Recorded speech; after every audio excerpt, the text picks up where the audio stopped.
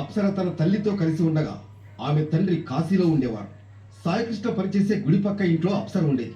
దైవభక్తి ఎక్కువగా ఉండడంతో తరచూ ఆలయాలకు వెళ్ళేది. ఆ క్రమంలోనే 2022లో బంగారు మైసమ్మ గుడిలో అప్సరతో సాయికృష్ణకు పరిచయం ఏర్పడింది. ఈ పరిచయం వివాహేతర సంబంధానికి దారితీసింది. అప్పటికే సాయికృష్ణకు పెళ్ళై 2 పిల్లలు. అలాగే అప్సర భర్తకు విడాకులిచ్చి ఒంటరిగా ఉంది.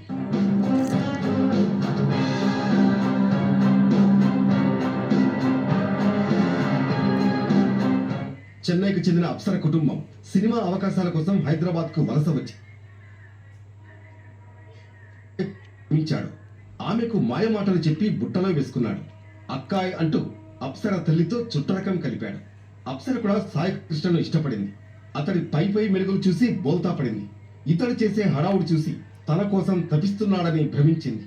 సాయి కృష్ణకు పెళ్లి అయిందని తెలిసినా అతడికి దగ్గరైంది. దీంతో ఇద్దరూ వివాహేతర సంబంధం సాగించారు.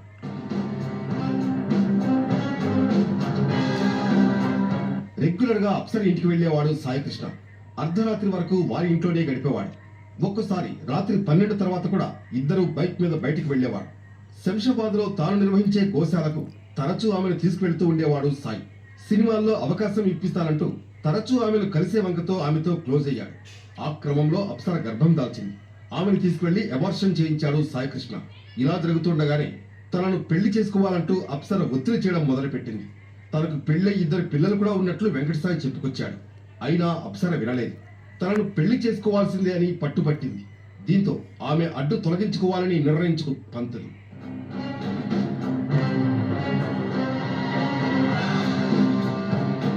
మంత్రోచ్చరణలు వల్లించే పూజారి హత్య కుతంత్రాలు కూడా అల్లాడు.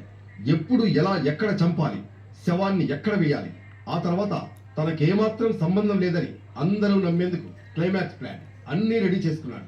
దేనికదే పకడ్బందీగా అమలు చేశాడు. తల్లిదండ్రుల్ని నమ్మించాడు. పోలీసులను సైతం ఏమార్చే ప్రయత్నం చేశాడు.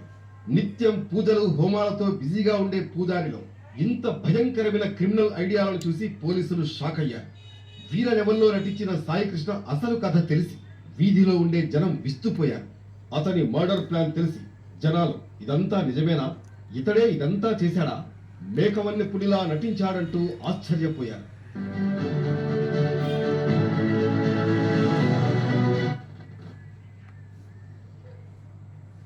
రియల్ స్టోరీలో స్మాల్ బ్రేక్ తీసుకుందాం. Stay tuned.